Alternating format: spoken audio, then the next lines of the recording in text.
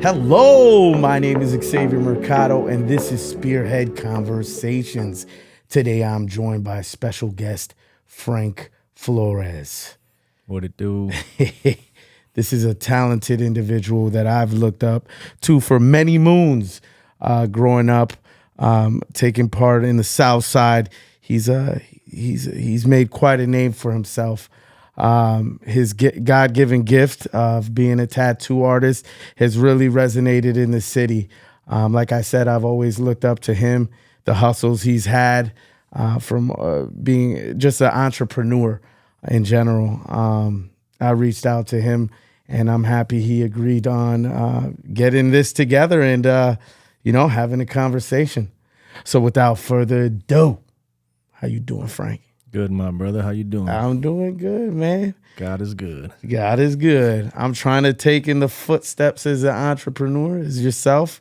You've been out here. You've been out here for a long time, man. Man, yeah, like I say, God is good, man. He's allowed me to be out here still walking and doing my thing. You know what I mean? Yeah, man. Trying to teach others the same path, man, Yeah, So, for sure. You on the right track already, I've watched you come a long way too, brother. So man, it's been a long time since Beecher Street, bro. I'll tell you that. That's a fact.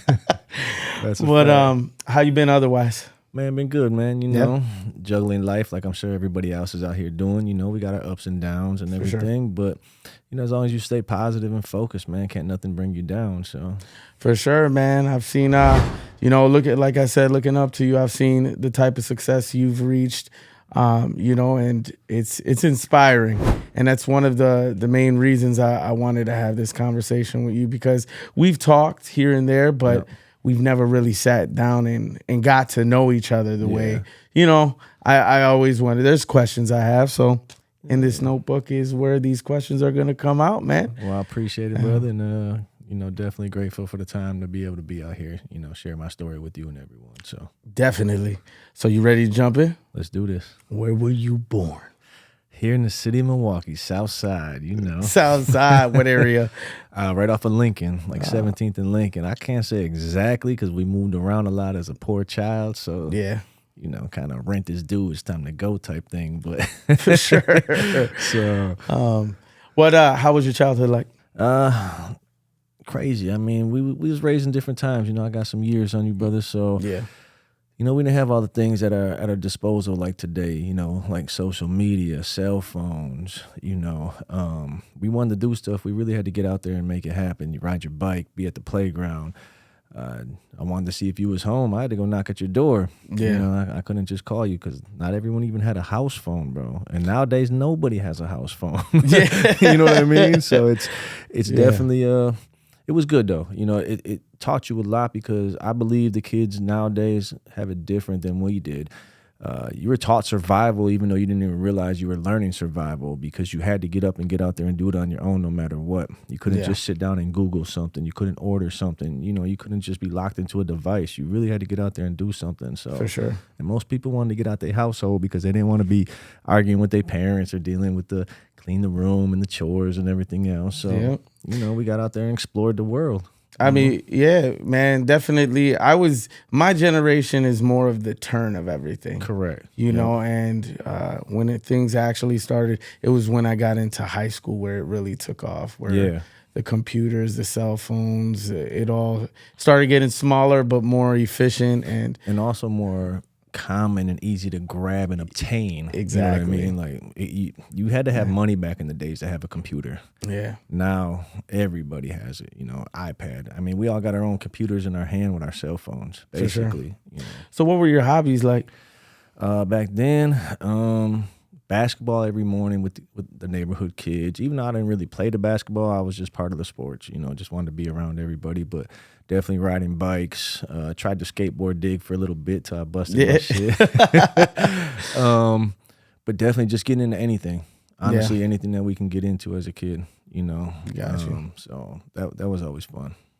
Well, you're a tattoo artist. Correct.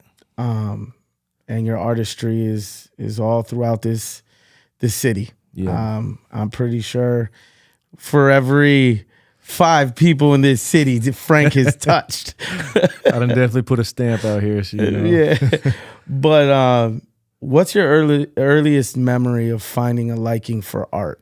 8 years old. 8 years old. 8 years old, I did my first drawing and really like put my heart into it. One of the old friends of the family used to be an artist, and he used to like always take me and the siblings and that, like, to movies back when they had the drive-ins and stuff like that. Yeah. You know, the old ice cream parlors. So if we did good in school, he would take us. So he took a real liking to me and always wanted me to like show me his drawings and his paintings and try to push that on me.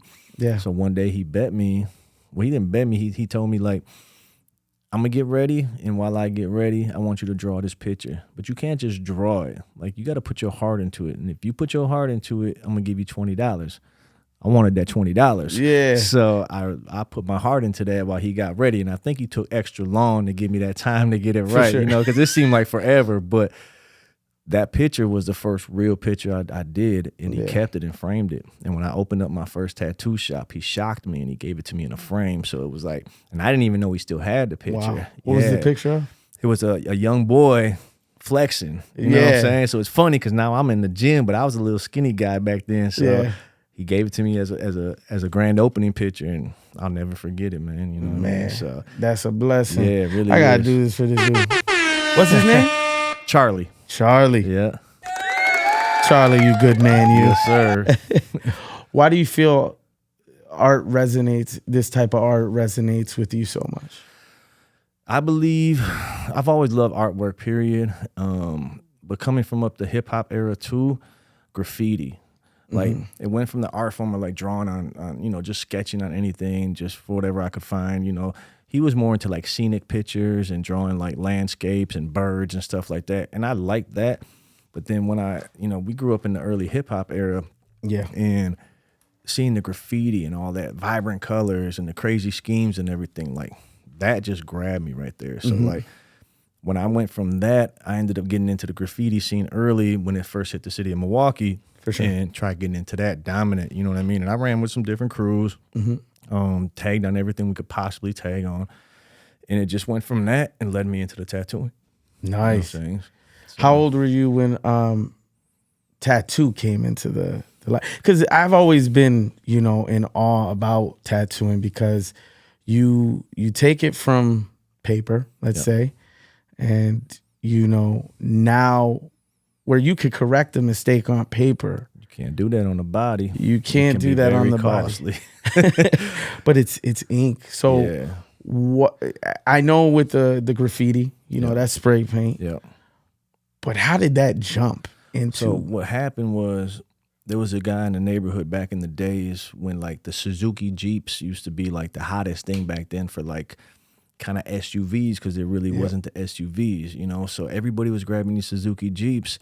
And they had the fifth wheel on the back, and they had the vinyl cover on the back, and he was airbrushing all of them. And I'm gonna give a shout out to him. His name was Albert Gonzalez, and I give all the respect to him because he got me started. He had me honestly inspired to do the graffiti because he was dope. He was doing all the murals around the city, and then he was also tattooing everybody in the neighborhoods because back in that time it was illegal to tattoo in the city.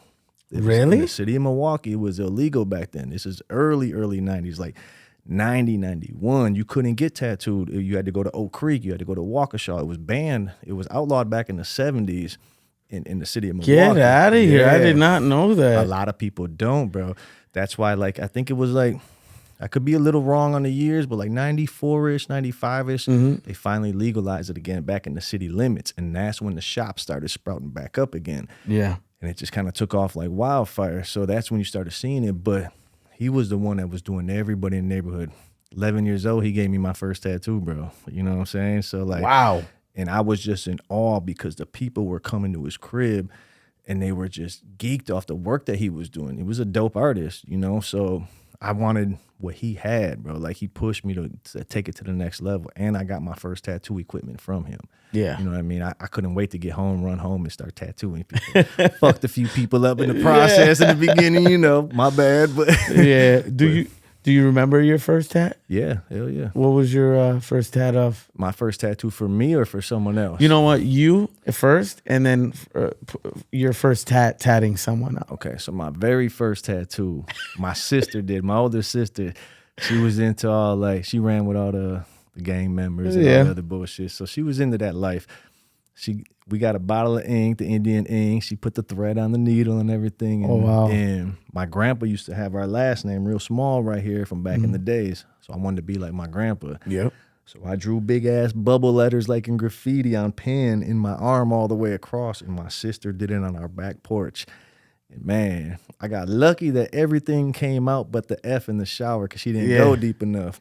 So then Albert ended up coming back that following year. Yeah. And he ended up putting my praying hands on me because we lost a homie in the hood, an older homie that we all looked up to. Yeah. And everybody in the neighborhood got the praying hands for him. And we were all like 11 or 12 years old, bro.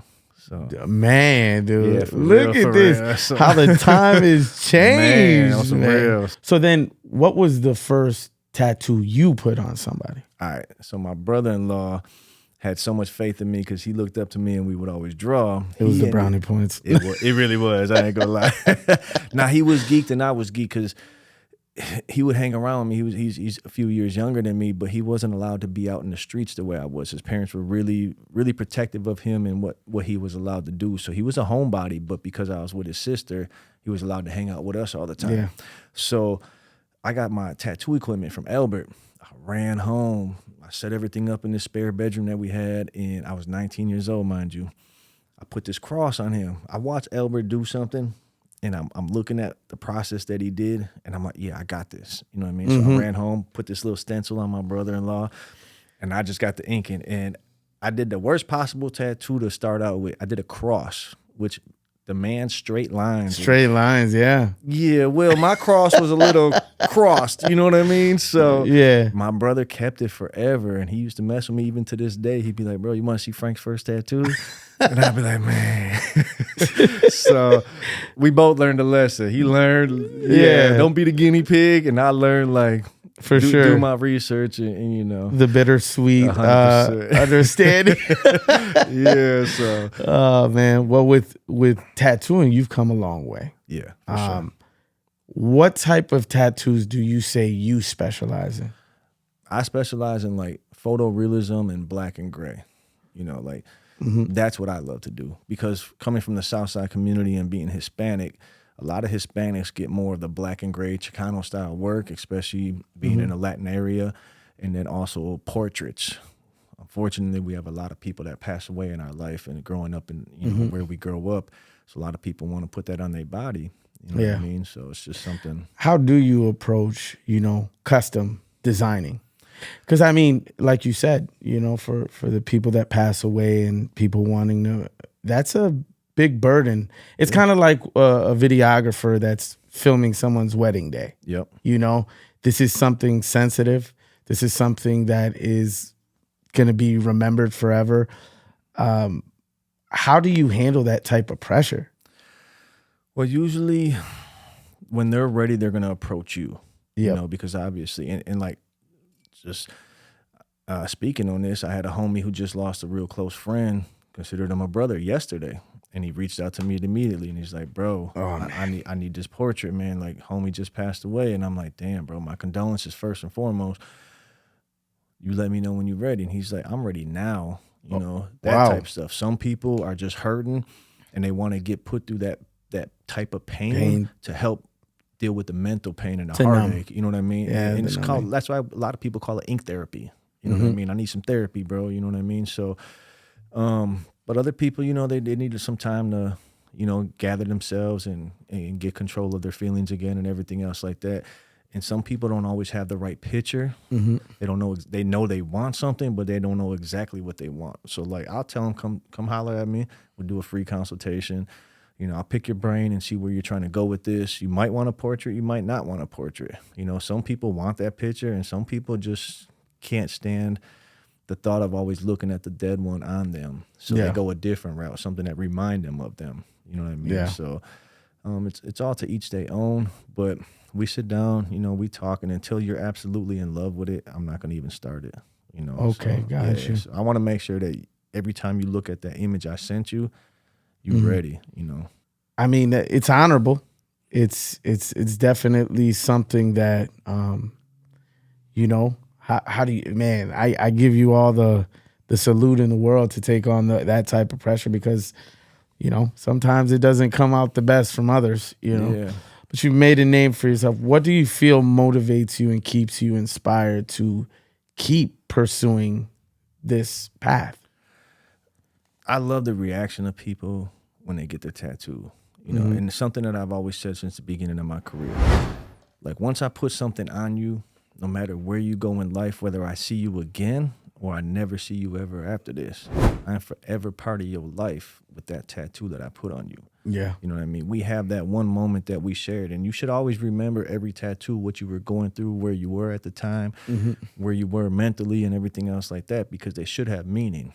Not all people do, but most people do. You know what I mean? So it's like, that's something when I go out places and people are like, bro, you did my tat, and they're showing it off, and they're geeked and they're loved. Like, that's the biggest compliment I can possibly ever get, you know, when people are happy 10, 15 years later and their tattoo is, they still love it, bro. Yeah. You know, and it's like, I just want to be the best at what I do. There's some amazing artists, not only in our city, but in this world. So when I see other dope artists doing stuff, I want to push myself to be like them. You know what I mean? Like, you're always learning in every craft. I feel like you're always learning and you can always be better. So I just always want to be, you know, known for doing some dope work. Well, for those that don't know, I got my first tattoo in your shop. Yeah. I got, and I remember I was in my early 20s. This is back when you knew a different side of me. Yeah. Yeah. And I ended up getting the X-Men emblem. And the reason why is because, for, you know what I mean, that's as early as I could remember, that's the nickname that I was always given to me. And I always thought, you know, with mutants, they're different. And with that, I wanted exactly that. I wanted always to be different. I always wanted to stand out. And so we got that in your shop. Yeah. Good old Waka Chans. Yes, sir. And talking on Waka Chans, so how long was it that you freelanced, let's say, on your own before you opened your first shop? So I started at the age of 19 tattooing. Yeah. And I didn't get into an actual shop till I was 24. Okay. And even then, I really didn't know what I was doing all the way, like, because I never took an apprenticeship. Nobody ever taught me anything. Like, the longest, quickest lesson I learned was watching Albert put that stencil on somebody in his basement and thought I knew stuff. We didn't have YouTube back then. You know what I mean? We didn't have videos we could pull up and all this other stuff. So doing the research was a lot different than nowadays. You know what I mean? So it was like, it was trial and error. For sure. What I mean? And there was a lot of error in the beginning. So like in the beginning of my career, I only did outlines on people. I didn't even know how to shade or how to set up the shading machines, nothing like that, because I had nobody showing me. I knew how to draw and I knew how to follow a line. Yeah. So most of the people when I was tattooing only had outlines. And I was like, when I know what I'm doing, I'll come back and shade it in and fill it in and all this other stuff. And I kept my word. So, you know, but yeah, that's really what it was, bro. So now, you know, you go from, you know, watching on the sideline, stepping in, taking it upon yourself to just push yourself forth. Most people can't do that. Most people give up. Yeah. You know, they don't have that patience. You obviously did. So what was that feeling when you first got your first shop? I was kind of forced into it, you know. Well, I was forced and blessed into it. I should say that. You're never really forced to do anything. You always have a choice. So let me actually even correct that. So one of my cousins knew I was tattooing out the house, and he owned a shop. But something happened where all the artists left, and he's not a tattoo artist. So he ended up coming to see me and asked me, hey, I got an opportunity for you. I need you to come work at the shop. And not only work at the shop, but I'll make you my partner. Oh. And I'm like, oh, okay. And I'm like, bro, you know, I don't know everything. But luckily his brother is a phenomenal tattoo artist that showed him some things. Even though he wasn't trying to be a tattoo artist, he wanted to know about the business. So he showed me how to set my machines up and how to actually shade properly. And it's crazy because he's not a tattoo artist at all. He doesn't do none of it. He doesn't even draw. You know what I mean? But that right there taught me a lot. So it opened the door for me to be able to do that. And I was just lucky, man. So when I got in there, having an actual shop and not having people come in my home anymore, it told me like this is for real. I have to take this serious because I actually have this opportunity to really make something of this, you know. So what was the name of that shop? Porta Vida. Por Vida? Yeah. We used to be right off of 3rd and National, where I relocated to Wacachan later on in the years of my career. Right by Tech High School right there, bro. Got you. Yeah. It's now Dream Lab. Really? Yes. Oh, wow. Yes. Okay. There's a lot of history in that building, bro. Yeah. You know what I mean? Man, I thought Wacachan's was your first building. Oh, It man. was Porta Vida. Por Vida. Okay. So how many years do you say you were under that type of guide in this shop? You know, you're a partner, but you're also the artist. How many years before you came about to open Wacachan's? So I'd never opened Wacachan. Wacachan's. Yeah. I bought Wacachan from somebody. Okay, So, got you. So Porta Vida was the first shop Mm-hmm. that lasted about a year. There was some issues financially on the partnership side that we got time to talk. We got time to talk. Yeah. I caught a little jail stint for driving without a license. I went away for a month. Little did I know, Yeah. bills weren't being paid, and I'm handing all my money to buy the shop out completely. You know, because he just wanted to keep he built something and he wanted to keep it going and keep it living. So Yep. I'm handing all my money over, but the money's not going where it's supposed to go.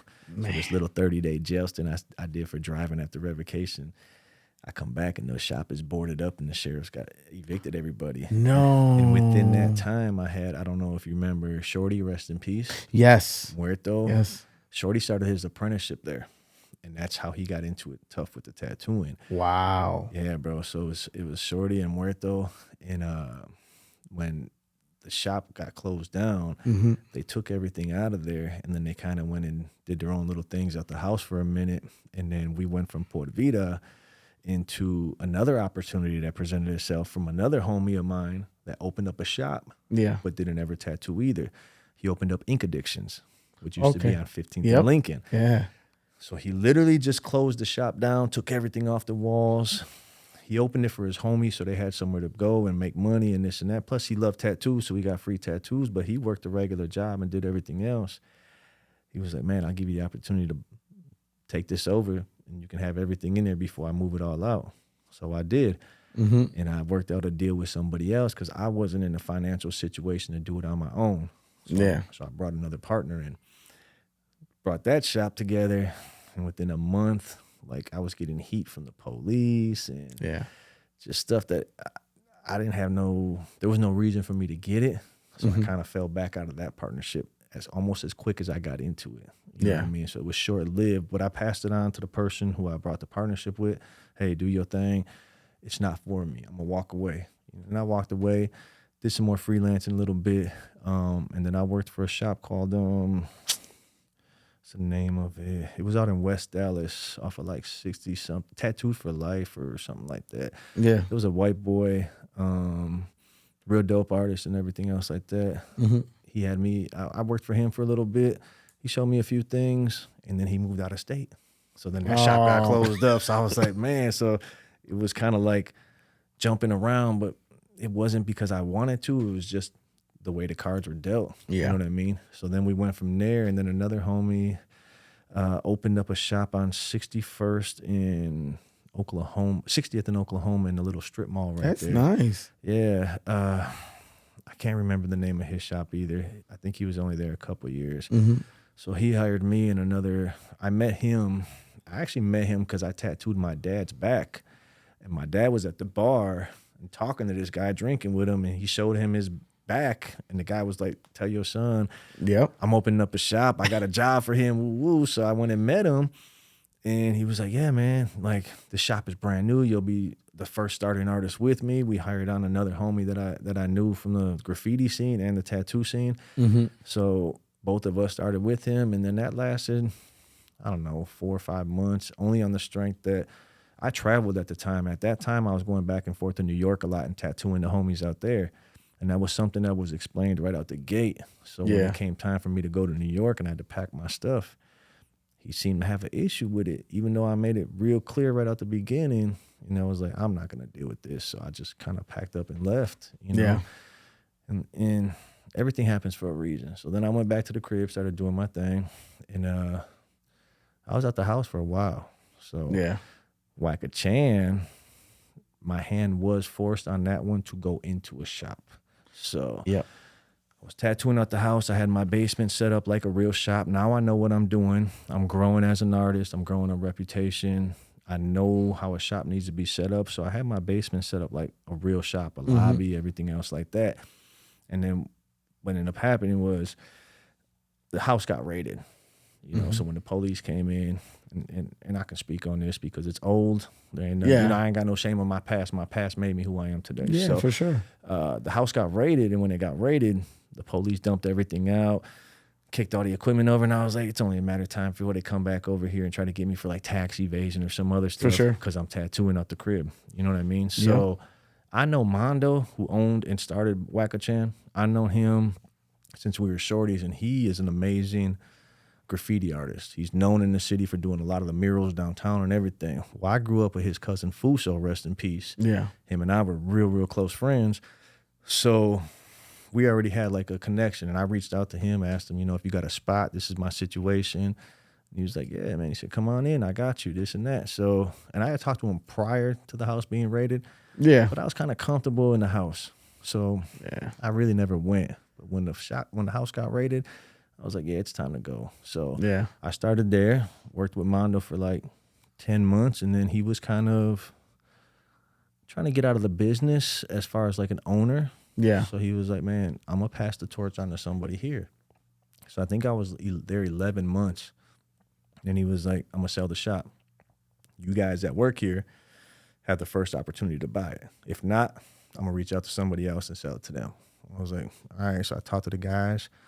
Money was kind of funny a little bit because I was fighting this case and I had the lawyer fees and everything else like that. So I was like, man, let me see what I can do.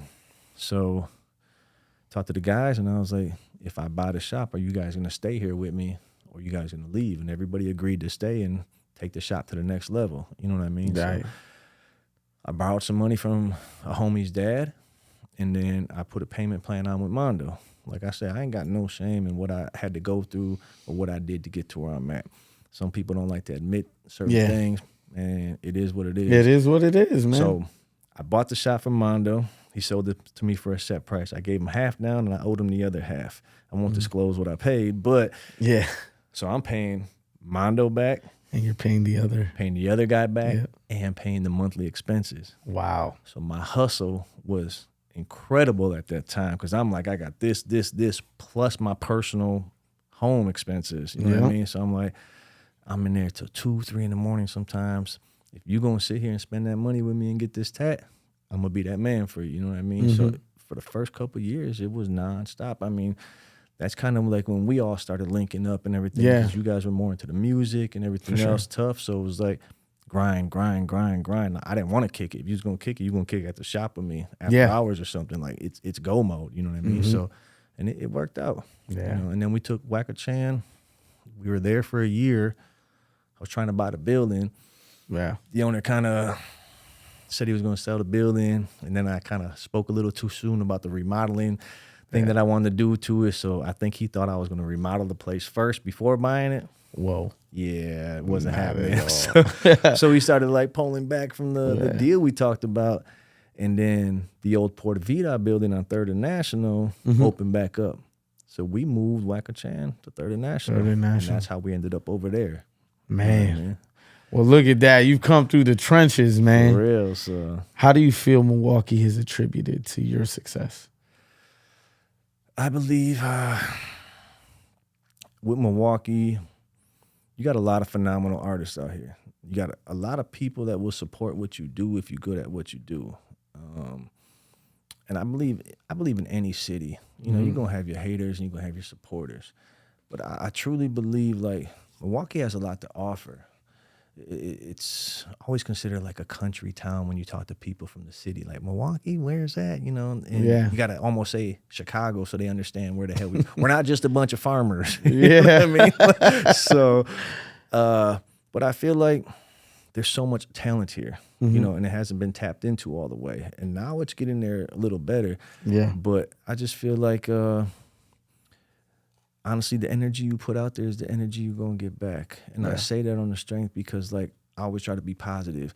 And I always try to do what's right with people, and they do the same back. So it pushes me to go harder, you know what I mean? And I want to be one of them people that help put the city on the map for certain things.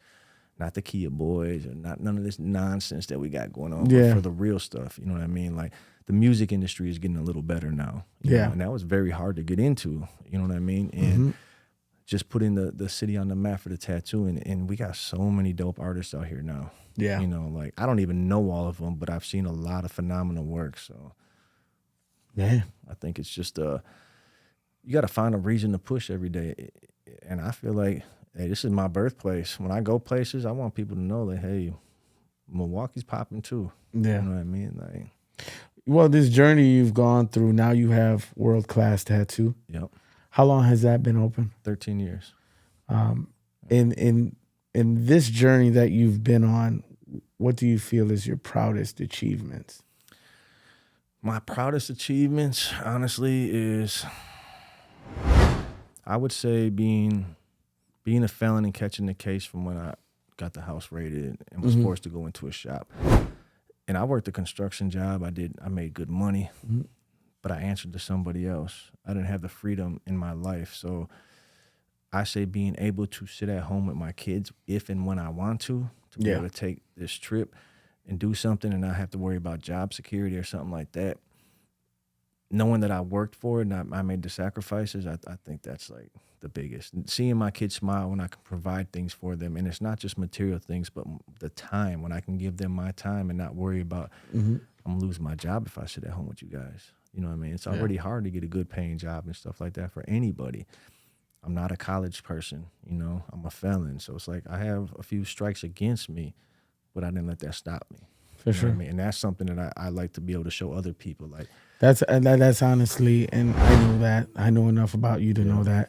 But I think that's why I say I hold you in such a high respect. Like, for me, you're one of my OGs. You know what I mean? You seen me in my come up. You know what I mean? You see me when I was hopping from couch to couch through the South Side. So it's different. But to see that you've always aimed to elevate, that right there, to show someone like me, I'm very grateful and very thankful I've met you. likewise, brother. Yeah, man. With the wisdom you've gained, what do you feel is the biggest lesson you've learned from this journey? Never give up. Never stop believing in yourself. No matter what's shot in your path, whatever obstacle is there to try to stop you or hold you back, no matter what demons you fighting inside, because everybody has them, bro. Don't ever stop, because the only person that can stop you is you. I've learned that. You can sit on the couch. You can lay in bed all day and cry about your problems, but ain't nothing going to get done. But if you get up and even take one step forward, you further than where you started. You know what I mean? And a lot of people can't grasp that, man. You know what I'm saying? So it's like, I have a lot of things stacked against me right now as we speak, bro. I'm not going to let it stop me.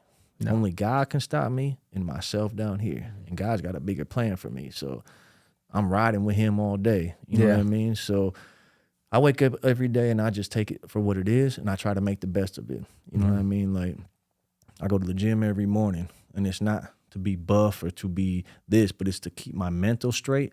And it's also to turn anything negative that I dealt with in the last 24 hours into something positive. 100%, bro. And when people can understand that type of stuff, because I try to push that on my people, like, take your negative and turn it into a positive. It can be done. It's only if you want to do it, though. You know what I mean? So, you know, through this, it's been quite the journey for you, owning your own shop. Walk us through your daily process of being an entrepreneur, a tattoo, owner of your own shop. I wake up at 6 in the morning faithfully. You know what I mean? Don't matter what time I go to bed, I'm up at 6 in the morning. I like to hit the gym early. That is my cup of coffee. Like I've referred to back from my era. I'm like, that's my crack for the day. Yeah. That gets me started, bro, because that right there gets my heart rate going, my mind going right, and I'm on go mode from that moment. Probably from the pre-workout, you know what I mean? Yeah. So it's like I'm literally on the move from that point forward. So like I started my day out on a positive note right out the gate. So I'm already on the right track, you know what I mean? And then I leave the gym, I eat, and then I shower. Sometimes I don't even shower because I got to jump right into things that have to be done, you know what I mean? So I might run around and I might see you and be like, because I ain't trying to get too close, you know what I mean? I might be a little funk from the gym, but I got to just keep things moving. Whatever's got to be done, just start attacking it, you know? Yeah. And if I got tattoo appointments, then I know I got to get up early, sometimes even earlier, handle the business with the tattoos, and then right back to everything else. Because at the end of the day, I still have kids, you know, and I got to tend to them. And right now we in summertime, but when school hits, that's mandatory, you know, take them to school, pick them up, everything else like that, help them with the homework, and then still go back to work, you know? So I just feel like making sure that setting task, making sure you do what you got to do to make sure that they get done, whatever it is, you know. And sometimes we slip up, sometimes we take on a little too much. I think everybody does it. We want to get everything possible that we can get done in one day, but you can't, you know what I mean? Yeah. And, this is something that I was told and I always believe in, like, you can have the world. You can have the whole world. You just can't have it all today. So, Oof. you know what I mean? Nice. Yes. Someone told me that. Bro, I'm going to hold on to that, and man. It stuck with me, man. bro. So every day I'm like, I'm going and I'm going. You know what I mean? And that's why I say, like, one step forward is better. You're further than where you started. It doesn't matter. But at the end of the week, now you 7 steps forward. You know what I mean? So, and don't look back. Don't hold. If you make a mistake, we all gonna do it. But if you can learn from that mistake, you're gonna grow. Yeah. You know, and it's gonna make you stronger. I took a lot of L's in life and in the industry, you know what I mean? But I didn't let them defeat me, bro. I just tried to learn whatever it was and take that negative into a positive as well, too. Like, it happened for a reason, you know? So nice. What's most important to you in the way you connect with the clients you bring into the shop? I try to make everyone feel like they're part of the family. You know what I mean? Like, I don't judge nobody by what they get or what they do, how they look, how they act. And I think that goes through anything in life, not just even in tattooing. When you come in, I want you to feel like you made that right choice. You know, so like, I'm gonna treat you like you've already known us for a long time. You know what I mean? Yep. And I think you can kind of catch the energy off of people. And that's why I feel like energy is so important in life. You know, if I catch that good energy from you, yeah, we're going to have a good session. If I feel like maybe this isn't a conversation I want to be having with you, or you just kind of need to just get your tattoo, then I'll just say it in the nicest way and you won't even realize it. But hey, maybe you might want to bring some headphones in, or you could watch a movie, because I'm going to put my headphones in and I'm going to do my thing. And that's just so that I don't pry into your personal life if you seem like that type of private person, or if you're going through something where you don't want to talk about things, you know. And I don't want it to be a dull, dry tattoo session, you know, where you're just sitting there and all you do is hearing the machine. Like, you want to watch TV, put it on. That's cool. But I'm going to jam out to my music so I'm in my zone. I need to be in my zone. But if you want to talk, we can talk too. But it gets to a certain point where sometimes I'd be like, all right, it's time for me to this is a very important part of the piece. I need to focus. You know what I mean? Yeah. So, and the clients are always cool with that. You know, most clients, when they leave, they be like, man, you guys are so cool. Like, you know, like, it's like we almost know you. And then and then the artists that we work with, we clown with each other all the time. Like, I've been there, man. So it's like, I loved hanging out. You know what I mean? Even when you had Walker Chines, like that, for me, that was, you know, we was knuckleheads growing up, and to know that was almost the beginning for you, like that for me makes it even more special that I was a part of that. Yeah. But I definitely remember the energy, and I remember just the, you know what I mean, the type of atmosphere was there, and definitely it was a family vibe. So Yeah, and you want to create good energy. Like I tell my people, don't bring your problems into the shop because it's contagious. You know what I mean? If you got something and you're really dealing with some problems, just stay at home, bro. I'd rather have you do that than to contaminate the whole shop. You know what I mean? And me being the owner, I always have to come in there and take that energy to the right level. And some people, they don't even know what you're dealing with, but you won't see it on my face, because if I am dealing with something that I can't hide, then I'll just stay away because I don't want to bring the shop down. definitely got a poker face, bro. Yeah, you know what I mean? Like, so it's like, Yeah. I don't want to do that to my people, because I need them at their best, at their highest energy, because they putting out permanent work on people. You know what I mean? And I want them happy. I want the clients happy. So I don't want to bring none of my issues into the shop and have them deal with that. And I don't want it to go the other way either. So it's like,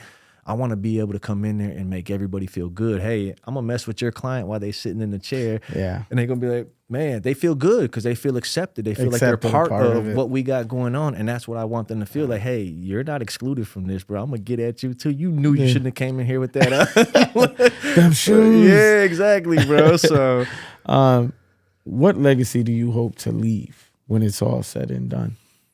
I just want people to know I started from nothing, built something, and that anyone can do what I did. You know, anyone can take nothing and turn it into something great if they believe in themselves.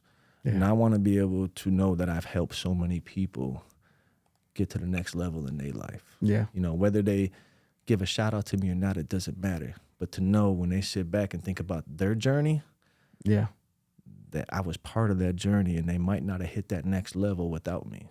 You know what I mean? Yep. Because I'll never take away from the people that helped me get to the level that I'm at.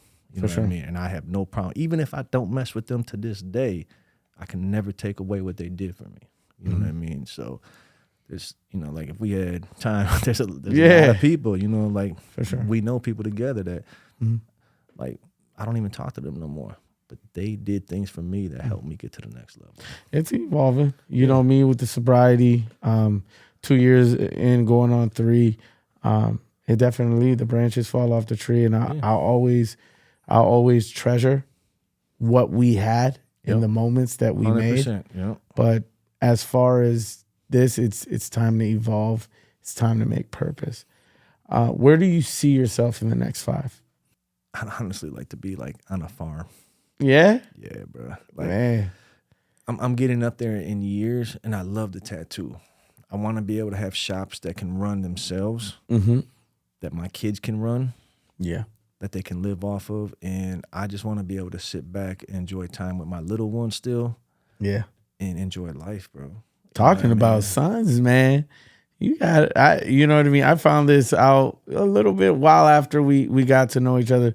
But your son's name is Xavier too. Yes, sir. And when you brought that up to me, I'm like, that's cool. But what's even cooler is now that he's followed in your footsteps. Yes, he's a phenomenal anime artist. Man. Yes. And that's skill. He came up in that era. Yeah. And he loves it. Yeah. You know, like him and my daughters, they love it. They have like an anime night that they get together and they watch it. And it's like, it's like the women when they used to watch their soap operas. For real. Know what I mean? The novellas and stuff. Yeah, man. And he's known out here now for it, and he's good, and he pushes himself. You know what I mean? So it's like, I wanted him to go to college, so did his mom and everything else like that. But when he graduated from high school is when COVID hit and the world got locked down. He didn't want to do the online studying. He's a more in person, correct. So definitely, he wanted to start his apprenticeship, and he took it and he ran with it, man. And I couldn't be more proud of him. You know what I mean? Because he didn't follow my footsteps growing up in the neighborhood, which I'm blessed and grateful for. Yes, but he's following my footsteps and taking it to another level on an art form that he can feed his family off of and be proud. And he's not working hard. He loves what he does. He loves what he does. Exactly. And there's not a lot of us that can actually be blessed with that. You know? So he's got a natural God-given talent, and he's utilizing it. And, man, look at that. You know what I mean? So, look at that legacy. Yeah, bro. So, and my daughters are trying to follow in the footsteps too. Yeah. They're all artistically inclined, man. That's beautiful, man. For real. So. You know, we always work ourselves to this last question. what advice would you give to aspiring entrepreneurs, aspiring tattoo artists? I would say as an entrepreneur, period, anybody, because a tattoo artist is a self-employed person. Mm-hmm. You know, just like barbers, you can be self-employed. You don't need a shop in order to grow or to be somebody. You know what I mean? Like, you can make a name for yourself. You're self-sufficient, if you want to say. Yeah. So I've had many people, honestly, that are trying to start their own businesses throughout my careers because they watch me do what I do and they want to start their own businesses. And I always tell them, just don't give up. It's going to get hard. There's going to be days that you want to quit because it's too much to handle. Like, you're not going to make money in the beginning. You're going to be sacrificing everything. So get used to it. The payoff is not going to be there right away. And if you can't deal with that, you're not ready for the reward then. You know what I mean? Like, there's a reason. They say you got to pay the cost to be the boss. It's for real. Yeah. You know, that there's no truer saying, because you pay the price for everything. You have to sacrifice your time with your family. You have to sacrifice loss of things that you don't want to miss out on. You have to sacrifice money for a minute because it takes the money to get the business growing, and you got to constantly reinvest into that. You're reinvesting into yourself. And if you ain't willing to reinvest in yourself, then you might as well just go start filling out applications again. You know what I mean? So just never give up. Never stop believing in yourself. No matter how hard it gets, one day it's always going to get easier. You know what I mean? The storm always has to clear and the sun is going to shine again. It's just, are you ready for it? And are you willing to sit through that storm and ride it out? Yeah. So. Man, like I said, man, you one of the OGs for me. I appreciate you so much. I respect you so much more. I think watching you and your success was one of those key people that I could say he has it. And yeah, I want it. If he's out here doing what he's doing, he found something he loved. I finally found something I love, and I've been feeding that the past 2 years, and it hasn't stopped. So I want to thank you not only for coming to this, to have this time with me and be a part of my journey, but I also want to thank you for the man you've stood in my life, and I just appreciate you with everything you've done. I know, you know what I mean, when you get to know somebody on a level of just pure respect, I could think about you. So I appreciate you coming on. What are ways people could connect with you? You can follow me on Instagram at worldclass_tattoos. We have Frank Flores on Facebook. We're opening up a new location coming real soon within the next week. So when I say don't give up on your dreams, don't give up, because I've had a lot of people trying to pull us back down to the gutter. It ain't gonna happen, man. I'm too strong for that. You know what I mean? And what I want, only I can stop. So until that is up and running, that's honestly the best ways to get hold of me right now. Just inbox me, message me, and we'll definitely get back. But I want to touch base on what you just said. I know a lot of people don't know this, but this man can sing. This man can sing. I got him on a track. And it's a classic. You know, we dabbled in the industry a little bit together. And that's where we really connected. And like, man, bro, I hold that song close to my heart. I still have it on CD because that's how old we is. That's right. For real. So I do play it every now and then, man. That was one of the most memorable, heartfelt things that I've done, because it was dedicated to my aunt. And you blew on that, bro. Like, for real. I mean, honestly, to even go off of that, that's the first time I ever wrote to something, because you know what I mean? If you remember, I said, just tell me about her, tell me about you, tell me about the connection. And that was the first time, you know, I really went home, and I you know, obviously I put the thought into it, but it's something that, you know, not only with your aunt, but it resonates as a touching piece and to honor. You know, and I'm honored to have you on there, bro, because I know you don't do that anymore. So I have something no one else is gonna get. You know what I mean? So it's like, I was shocked to even hear you sing like that, and I never knew it because I was around you guys all the time, and I was like, man, like, yeah, it definitely touched, you know. Yeah. And then to see where you at now, like respect, all respect, because I've watched you grow as well too, brother. Yeah, man. Well, again, I appreciate you. I appreciate you coming on. And with that being said, Spearhead out.